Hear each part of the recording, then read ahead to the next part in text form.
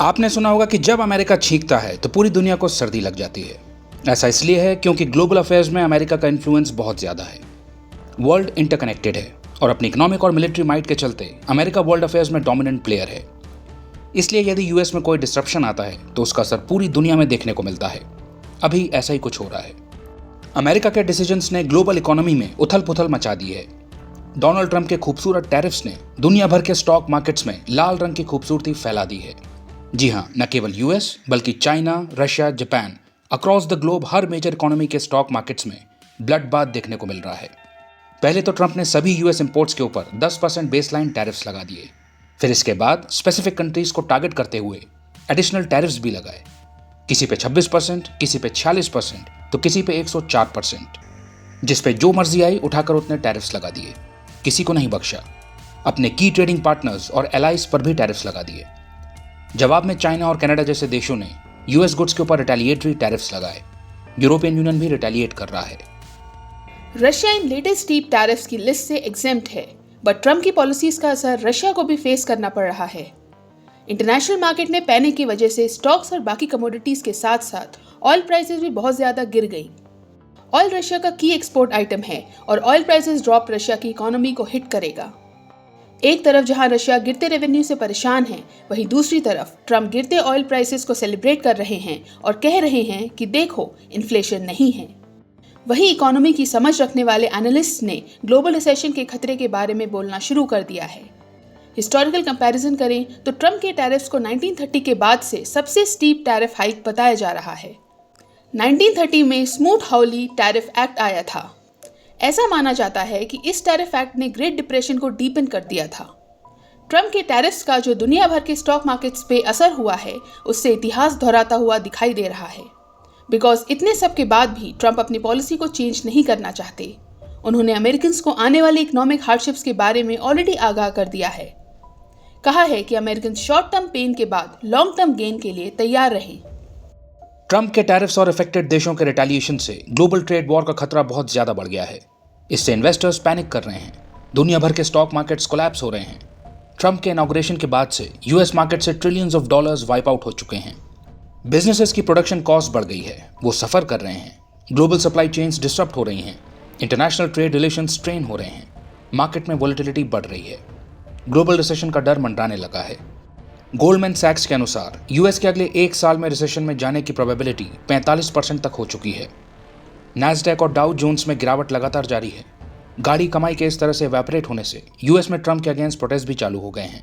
Social media पे memes और ट्रोलिंग्स की बाढ़ आई हुई है। हालांकि ट्रंप इन सब चीज़ों से अनअफेक्टेड नजर आ रहे हैं। उन्होंने अपने डिसीजंस को डिफेंड करते हुए कहा है कि ये टैरिफ्स एक ज़रूरी दवाई की तरह हैं, जिनसे थोड़ा कष्ट तो होगा ही, बट अभी सह लो क्योंकि बाद में इनके रिजल्ट्स हिस्टोरिक होंगे।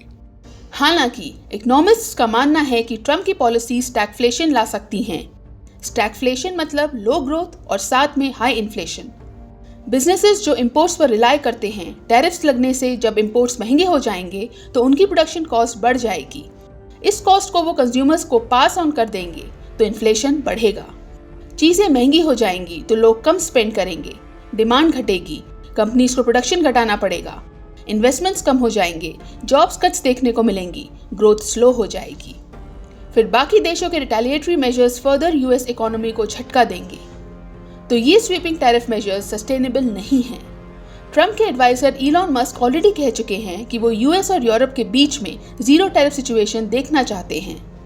ऑब्वियसली मस्क नहीं चाहेंगे कि प्रोलॉन्ग ट्रेड वॉर हो, क्योंकि इससे उनके बिजनेसेस भी हर्ट होंगे। उनकी कंपनीज टेस्ला और स्पेसएक्स क्रिटिकल कंपोनेंट्स के लिए इंटरनेशनल सप्लायर्स पर डिपेंड करती हैं। ग्लोबल सप्लाई चेन्स के डिस्टर्ब होने से उनकी कंपनीज को भी नुकसान होगा। फिर स्टॉक मार्केट डिक्लाइन से उनकी पर्सनल वेल्थ भी श्रिंक हुई है। देन रिटेलिएटरी टैरिफ से उनके स्टारलिंक के अन्य देशों के मार्केट्स में एक्सपेंशन के प्लान्स में कॉम्प्लिकेशंस आएंगे। तो ऑब्वियसली ग्लोबल ट्रेड वॉर्स उनके बिजनेस के लिए अच्छा नहीं है। तो अपने बिजनेस इंटरेस्ट को ध्यान में रखकर वो ट्रंप को अकॉर्डिंगली एडवाइस करेंगे। वो ट्रंप के ऊपर अपने इन्फ्लुएंस को लेवरेज कर सकते हैं और एग्रेसिव टैरिफ अप्रोच को चेंज करने के लिए लॉबी कर सकते हैं। तो ट्रंप पर मस्क समेत पूरी बिजनेस कम्युनिटी की तरफ से भी एडिशनल प्रेशर आएगा। बाकी देश जिन्होंने रेस्ट्रेंट दिखाते हुए अभी तक यूएस टैरिफ्स के अगेंस्ट रिटेलिएट नहीं किया है और फिलहाल अमेरिका के साथ नेगोशिएट कर रहे हैं, ऐसा ही चलता रहा तो जल्द ही उनकी भी अप्रोच चेंज हो सकती है। जब इस तरह से स्टॉक मार्केट्स क्रैश करते रहेंगे तो देशों के सेंटिमेंट्स बदलने में देर नहीं लगेगी। लंबे समय तक ट्रंप अपनी टैरिफ स्ट्रैटेजी को फॉलो नहीं कर पाएंगे। यूएस स्टॉक मार्केट्स में जो ह्यूज सेल ऑफ देखने को मिल रहा है उससे ट्रंप के ऊपर भी प्रेशर बढ़ रहा है। ट्रंप की अग्रेसिव टैरिफ स्ट्रैटेजी दिखाती है कि वो अनइक्वल मार्केट एक्सेस से कितने ज्यादा फ्रस्ट्रेटेड हैं। लेकिन इस तरह का इल थॉट आउट इंप्लीमेंटेशन चीजों को सुधारने के बजाय और बिगाड़ देगा। हाँ, टैरिफ्स के थ्रू शॉर्ट टर्म में US government billions of dollars raise कर लेगी, बट ये पैसा इवेंचुअली यूएस कंज्यूमर से ही तो आएगा। फिर मार्केट में जिस तरह की अनसर्टेनिटी पैदा हो रही है, अब जो अमेरिका सप्लाई साइड शॉक्स के साथ साथ रिड्यूस डिमांड की ओर बढ़ रहा है, बिजनेसेस के लिए इसे अडेप्ट करना काफी मुश्किल होगा। वो ट्रंप एडमिनिस्ट्रेशन के ऊपर दबाव बनाएंगे और एक टाइम के बाद ट्रंप को अपनी जिद छोड़नी पड़ेगी। ये देखना होगा कि तब तक ग्लोबल इकोनॉमी में कितना डैमेज होता है। फिलहाल जो ट्रंप का एटीट्यूड है वो तो बैक ट्रैक करते हुए नजर नहीं आ रहे हैं। उन्होंने चाइना को धमकी दी है कि यदि चाइना ने यूएस के ऊपर रिटेलिएटरी टैरिफ्स नहीं हटाए तो यूएस एडिशनल 50% टैरिफ्स और लगा देगा। दूसरा, चाइना के साथ ट्रेड टॉक्स को भी टर्मिनेट कर देगा, और ऐसा हो भी गया। पिछले महीने तक यूएस चाइना के ऊपर 10% टैरिफ्स लगाता था। फिर लिबरेशन डे के बाद चाइना के ऊपर 10% बेसलाइन टैरिफ्स प्लस 34% टैरिफ्स लगे, जो कि टोटल 54% हो गया। और अब एडिशनल 50% टैरिफ्स के बाद चाइना के ऊपर कुल टैरिफ्स 104% हो गए हैं। ऑब्वियसली इसके बाद चाइना चुप नहीं बैठेगा, तो इसका सीधा मतलब है यूएस चाइना ट्रेड वॉर और ग्लोबल इकोनॉमी को बड़ा भारी नुकसान। ऐसा उनके साथ भी ना हो, इसलिए 50 से ज्यादा देशों ने ट्रंप को नेगोशिएशंस करने के लिए रीच आउट किया है। फॉर इंस्टेंस, जापान और यूएस के बीच ट्रेड नेगोशिएशंस हो रहे हैं। भारत यूएस के साथ ट्रेड डील करने में जुटा हुआ है और यूएस को अपने ट्रेड को ओपन अप करने की विलिंगनेस दिखा रहा है। इजरायली पीएम बेंजामिन नेतन्याहू तो ट्रंप से मिलने व्हाइट हाउस ही पहुंच गए। यूएस ने अपने की एलाय इजरायल तक के ऊपर 17% टैरिफ्स लगा दिए हैं। नेतन्याहू, जो इस समय इजरायली इकोनॉमी पर किसी भी तरह का फर्दर आघात अफोर्ड नहीं कर सकते हैं, वो फौरन यूएस पहुंचे और ट्रंप को ये आश्वासन दिया कि इजरायल यूएस के साथ अपने ट्रेड डेफिसिट को कम करेगा। इस तरह की छोटी छोटी विक्ट्रीज को प्रमोट करके ट्रंप अपने एक्शंस को जस्टिफाई कर रहे हैं, बट इतिहास गवाह है कि इस तरह के स्वीपिंग मेजर्स से भारी इकोनॉमिक डैमेज होता है। ट्रंप, जो यूएस में काफ़ी ज़्यादा सपोर्ट एंजॉय करते हैं, जैसे जैसे देश में फाइनेंशियल डिस्ट्रेस बढ़ेगा, डोमेस्टिक सपोर्ट धीरे धीरे कम होने लग जाएगा। At the end of the day, जब कॉस्ट ऑफ लिविंग क्राइसिस खड़ी होती है, सर्वाइवल में दिक्कत आने लगती है, तब आइडियोलॉजी वगैरह सब पीछे चली जाती है। एक सर्टेन लेवल तक की पॉलिटिकल लीडर का कैरिज्मा काम करता है। पेन का टॉलरेंस लेवल ब्रीच होने पर बड़े से बड़े सपोर्टर को अगेंस्ट में होने में देर नहीं लगती। तो ट्रंप एक लिमिटेड टाइम तक ही सेल्फ इन्फ्लिक्टेड इकोनॉमिक डैमेज को कंटिन्यू रख पाएंगे। उसके बाद कंसेशंस और नेगोशिएशंस की ओर आना ही पड़ेगा। वैसे ट्रंप बीच बीच में सिग्नल देते रहते हैं कि वो किसी चीज के रिटर्न में टैरिफ्स को कम कर सकते हैं। फॉर एग्जाम्पल, यदि चाइना टिकटॉक डील के लिए मान जाता है तो ट्रंप ने कहा है कि वो टैरिफ्स में कुछ रिलीफ दे सकते हैं। तो टैरिफ्स को इस समय यूएस एक टूल की तरह इस्तेमाल कर रहा है। इनके थ्रू अपने लिए फेवरेबल डील्स करना चाह रहा है। काफी देश ट्रंप को रीच आउट भी कर रहे हैं। तो ये एक गेम जैसा हो गया है जिसमें देखना यह है कि कौन पहले ब्लिंक करेगा। हालांकि जरूरी नहीं है कि सभी देश यूएस के आगे झुक जाएं। चाइना की तरह बाकी देश भी अड़ सकते हैं, जिसका ग्लोबल ट्रेड पर बहुत बुरा असर हो सकता है। भारत की बात करें तो भारत के स्टॉक मार्केट पर ट्रंप की नीतियों का असर बाकी मेजर इकोनॉमीज की तुलना में कम हुआ है, बिकॉज भारत एक्सपोर्ट्स के मामले में यूएस के ऊपर बहुत ज्यादा निर्भर नहीं है। दूसरा, भारत प्रोएक्टिवली ट्रेड टेंशंस को मिटिगेट करने के लिए अपनी पॉलिसीज को एडजस्ट कर रहा है। भारत के यूएस के साथ स्ट्रेटेजिक डिप्लोमेटिक रिलेशंस हैं, और चूंकि भारत का यूएस के साथ ट्रेड सरप्लस बहुत ज्यादा नहीं है, इसलिए ट्रंप ने भारत के ऊपर रिलेटिवली कम टैरिफ्स लगाए हैं। भारत पर 26% टैरिफ्स लगे हैं, जबकि बांग्लादेश के ऊपर 37%, वियतनाम के ऊपर 46% और चाइना के ऊपर तो अब 104% टैरिफ्स लगे हैं। पिछले साल चाइना का यूएस के साथ ट्रेड सरप्लस $300 बिलियन से भी ज्यादा था, जबकि इसकी तुलना में भारत का यूएस के साथ ट्रेड सरप्लस केवल $37 बिलियन था। तो टैरिफ्स की मार चाइना को ज्यादा पड़ रही है और फिलहाल भारत की इकोनॉमी के ऊपर ट्रंप के एडवेंचरिज्म का असर रिलेटिवली कम हो रहा है। फर्दर, जिस हिसाब से चाइना और बाकी एशियन देशों के ऊपर स्टीप टैरिफ्स लगे हैं, उससे ग्लोबल सप्लाई चेन्स भारत की तरफ रीडायरेक्ट होंगी। भारत बेस्ट ऑल्टरनेटिव बन के उभरेगा। लोअर टैरिफ्स की वजह से भारतीय मैन्युफैक्चरर्स को कॉम्पिटिटिव एडवांटेज मिलेगा। वहीं चाइना को भारी क्षति हो रही है। पहले तो चाइना पर 104% टैरिफ्स और इसके ऊपर से वियतनाम, लाओस, कैम्बोडिया और इंडोनेशिया जैसे देशों पर भी भारी टैरिफ्स। ये वो देश हैं जहां चीप लेबर की अवेलेबिलिटी की वजह से चाइना ने अपनी मैन्युफैक्चरिंग फैसिलिटीज एस्टैब्लिश कर रखी हैं। एग्जिस्टिंग यूएस टैरिफ से बचने के लिए चाइनीज कंपनीज ने इन देशों में रिलोकेट कर लिया था। चाइना में मैन्युफैक्चर करके एक्सपोर्ट करने के बजाय चाइनीज कंपनीज इन देशों में मैन्युफैक्चर करके यूएस में एक्सपोर्ट करती थीं। इस तरह एक्सपोर्ट्स को रीरूट करके यूएस टैरिफ्स को बाईपास करती थीं। लेकिन अब ट्रंप ने इन देशों पर भी भारी टैरिफ्स लगा दिए हैं। इस तरह से ट्रंप ने चाइना की एक्सटेंडेड सप्लाई चेन को टारगेट किया है और चाइना के लिए यूएस के टैरिफ्स को बाईपास करना लगभग असंभव बना दिया है। इसने विश्व की दो सबसे बड़ी अर्थव्यवस्थाओं के क्लैश का ग्राउंड तैयार कर दिया है। चाइना ने स्ट्रॉन्ग रिप्लाई देते हुए कहा है कि वो यूएस के ब्लैकमेल का मुंह तोड़ जवाब देगा और हर हाल में अपने इंटरेस्ट को प्रोटेक्ट करेगा। अगर यूएस को यही चाहिए तो यही सही, चाइना अंत तक लड़ेगा। यूनिलैटरल प्यूनिटिव टैरिफ्स का अप्रोप्रिएट रिस्पॉन्स देगा। तो चाइना की तरफ से टिट फॉर टैट रिटेलिएशन आ रहा है। टैरिफ्स के वेपनाइजेशन से नाराज होकर चाइना का यूएस के अगेंस्ट WTO में कंप्लेंट फाइल करना और रेयर अर्थ मेटल्स के एक्सपोर्ट्स को रेस्ट्रिक्ट करना फर्दर यूएस के चैलेंजेस को इंक्रीज करेगा।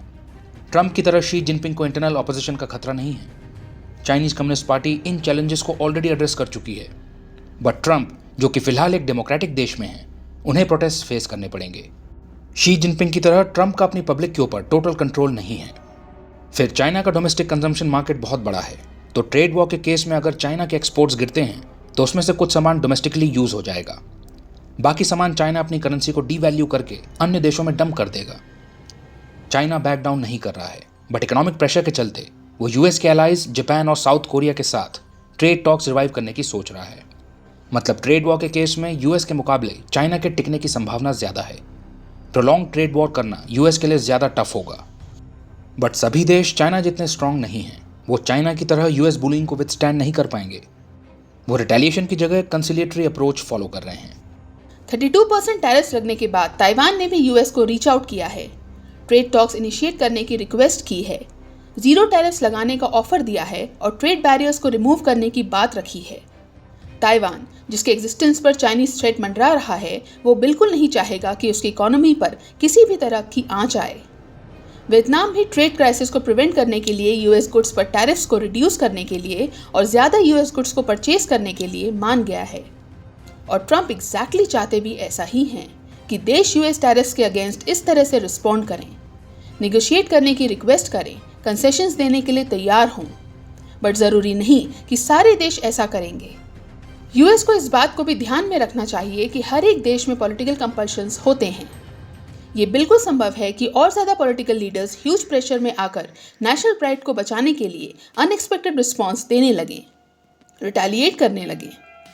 अब तक ट्रंप अपनी एग्रेसिव ट्रेड स्ट्रैटेजी को ये कहकर डिफेंड करते आए हैं कि वो अपने ब्यूटीफुल टैरिफ्स के थ्रू अमेरिका को ग्लोबल ट्रेड ऑर्डर में बेटर पोजीशन में लाना चाहते हैं, अमेरिकन वेल्थ और स्ट्रेंथ को रिस्टोर करना चाहते हैं, यूएस के अन्य देशों के साथ ट्रेड रिलेशनशिप्स में एसिमेट्रीज को एड्रेस करना चाहते हैं। बट देखा क्या जा रहा है कि यूएस पॉलिसीज में क्लैरिटी मिसिंग है। कभी कहा जाता है कि ये टैरिफ्स नेशनल सिक्योरिटी कंसर्न्स को एड्रेस करने के लिए लगाए जा रहे हैं, कि टैरिफ्स के थ्रू कनाडा और चाइना जैसे देशों पर इलीगल इमिग्रेंट्स की समस्या और फेंटेनिल ड्रग क्राइसिस जैसे मेजर इश्यूज पर स्ट्रिक्ट एक्शन लेने के लिए प्रेशर बनाया जा रहा है। फिर कभी कहा जाता है कि ट्रेड डेफिसिट्स को बैलेंस करने के लिए टैरिफ्स लगाए जा रहे हैं। तो कभी कह दिया जाता है कि टैरिफ्स इसलिए लगाए जा रहे हैं कि इनके थ्रू मनी रेज की जाए, जिससे सिटीजन्स को टैक्स कट्स दिए जा सकें। तो क्लैरिटी दिखाई नहीं दे रही है। फिर टैरिफ्स को न केवल खराब ढंग से कैलकुलेट किया गया है, बल्कि उतने ही खराब ढंग से इन्हें इंप्लीमेंट भी किया जा रहा है। ट्रेड की न्यूआंस्ड अंडरस्टैंडिंग मिसिंग है, ओवर सिंप्लीफाइड अप्रोच फॉलो की जा रही है और तमाम अजम्पशंस के बेसिस पर अग्रेसिव पॉलिसी डिसीजंस लिए जा रहे हैं। इमरजेंसी इकोनॉमिक पावर्स को इन्वोक करके एस्टैब्लिश ट्रेड ऑर्डर को चैलेंज किया जा रहा है। इसी का नतीजा है कि यूएस स्टॉक मार्केट में 2020 कोविड क्राइसिस के बाद से सबसे खराब परफॉर्मेंस देखी जा रही है। बट ट्रंप एडमिनिस्ट्रेशन के अनुसार ये स्टॉक मार्केट डिक्लाइन केवल एक एडजस्टमेंट प्रोसेस है।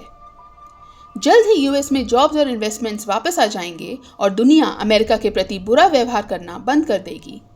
उनके मुताबिक टैरिफ्स यूएस को नेगोशिएशन की पार देंगे।